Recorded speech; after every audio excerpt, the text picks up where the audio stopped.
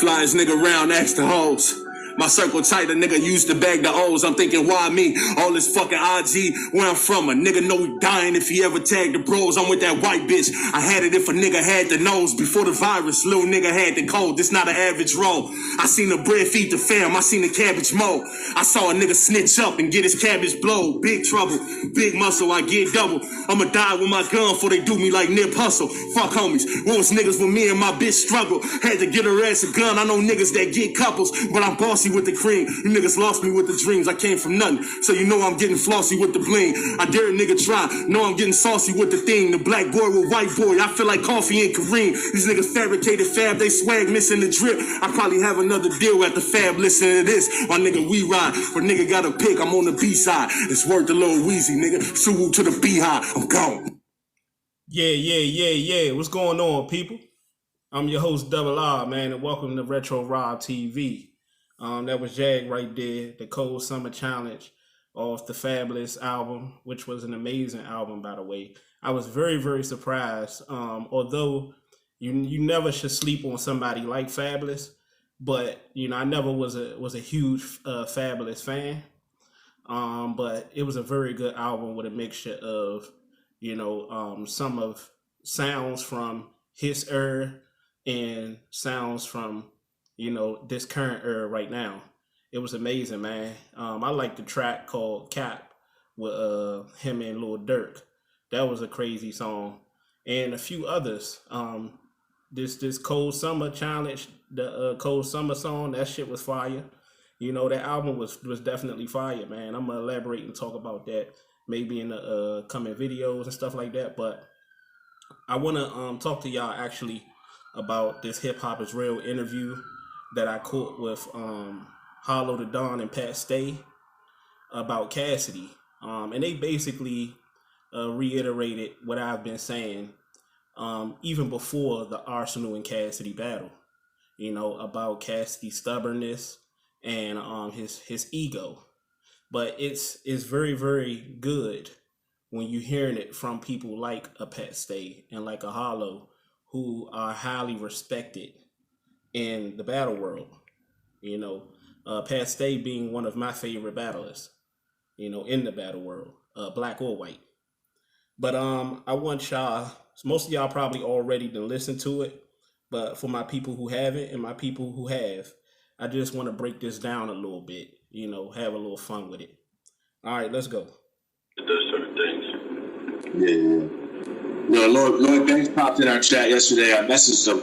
I asked him if he would come on the IG Live. He didn't really say yes or no, but he kind of says, I'll be back on in a few days type of shit. I respect you or whatever.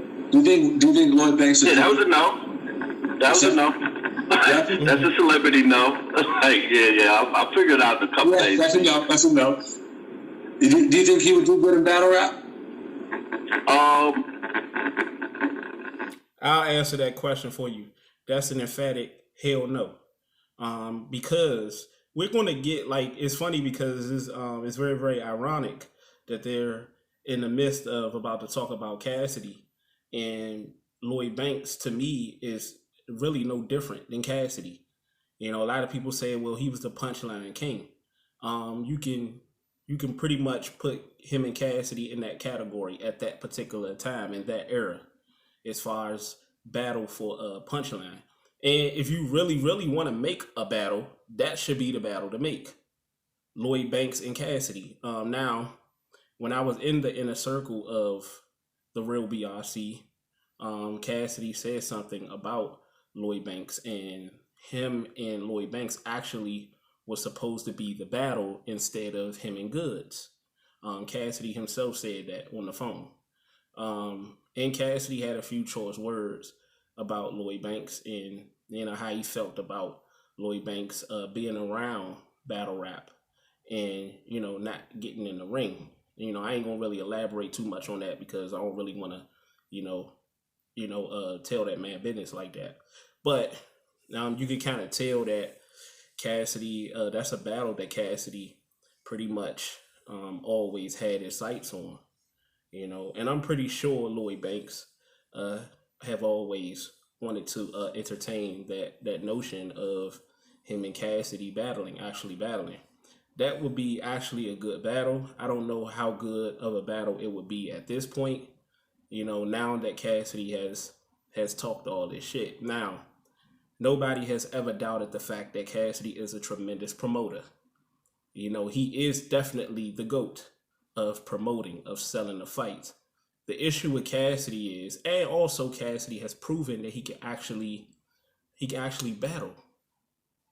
But with Cassidy is more so him being stubborn, and him wanting to do things his way, which is perfectly fine.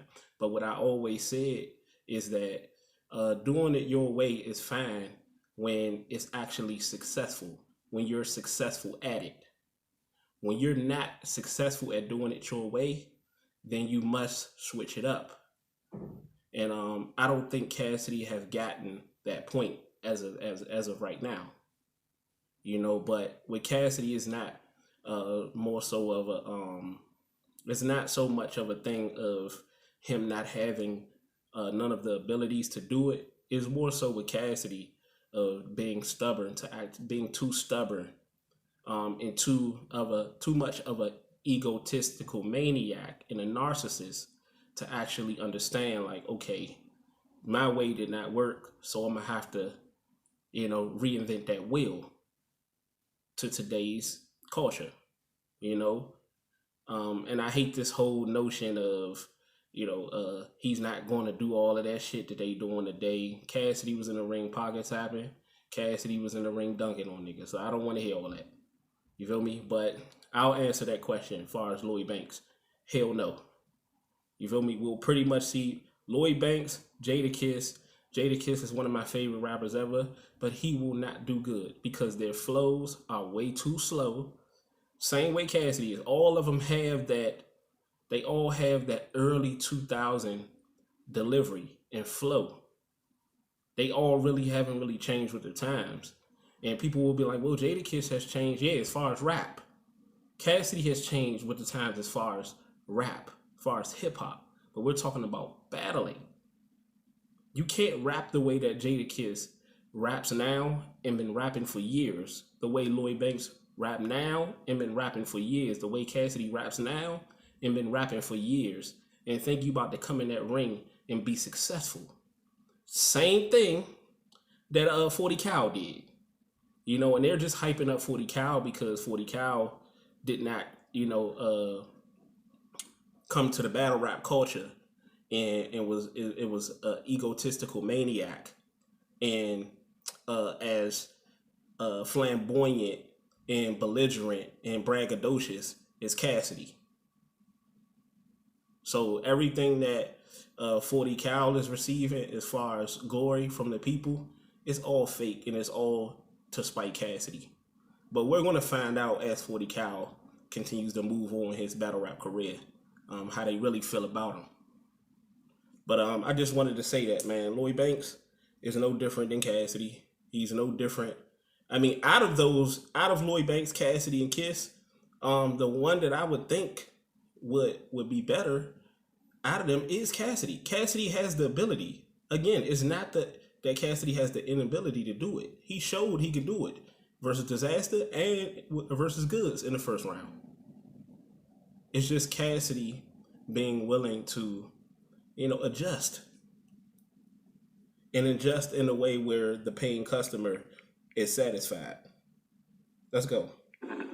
I ain't put much thought into that. Honestly, I can't really speak on that.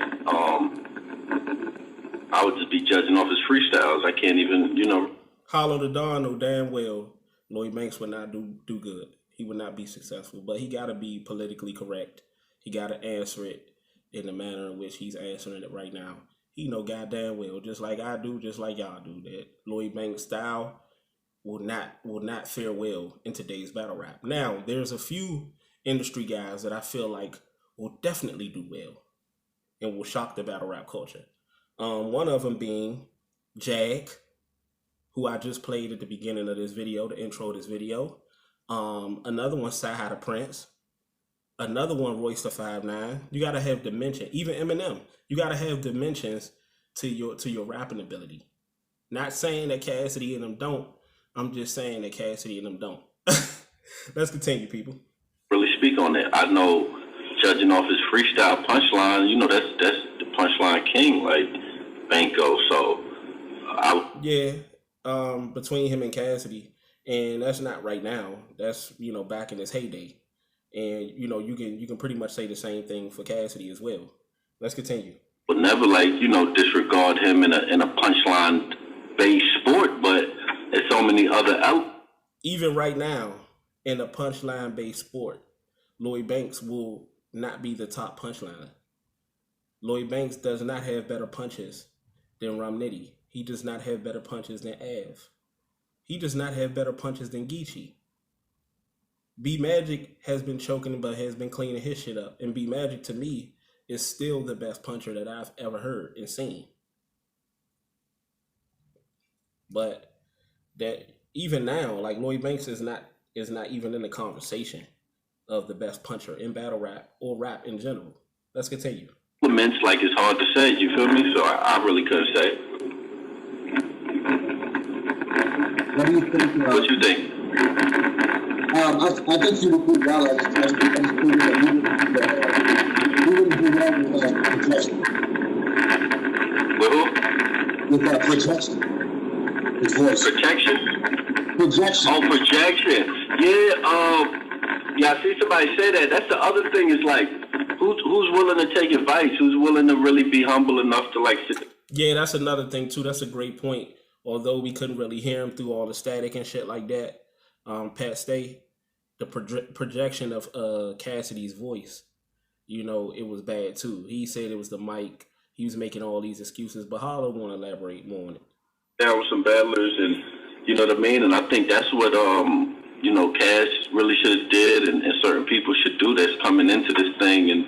But it's hard for them to do that because it's like, nigga, what? I've been battling growing up, you know what I mean? So it's hard to really be like, I'm gonna sit here and take advice from somebody younger than me that probably grew up listening to me. You feel me? So see, here's the thing, and that's exactly what it is. That's exactly what it is. But Cassidy got to understand this.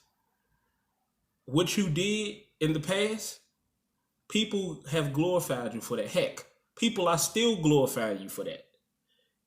When I talk about, or other people talk about what you're not currently doing today, that's your fans' number one argument, is what you did in the past.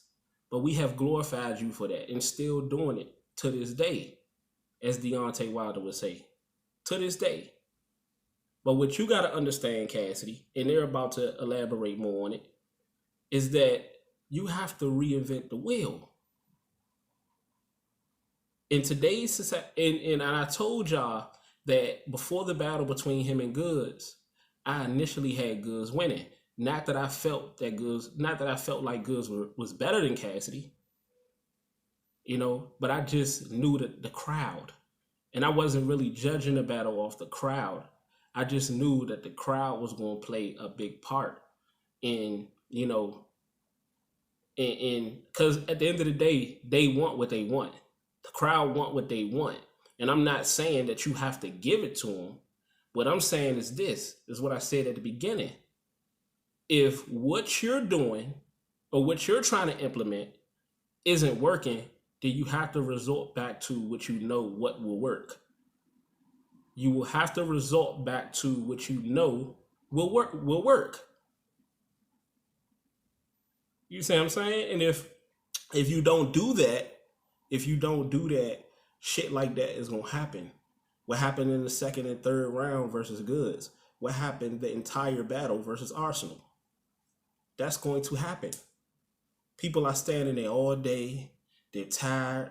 They're watching battles before yours when more oftentimes than not, the battlers don't show up fully prepared.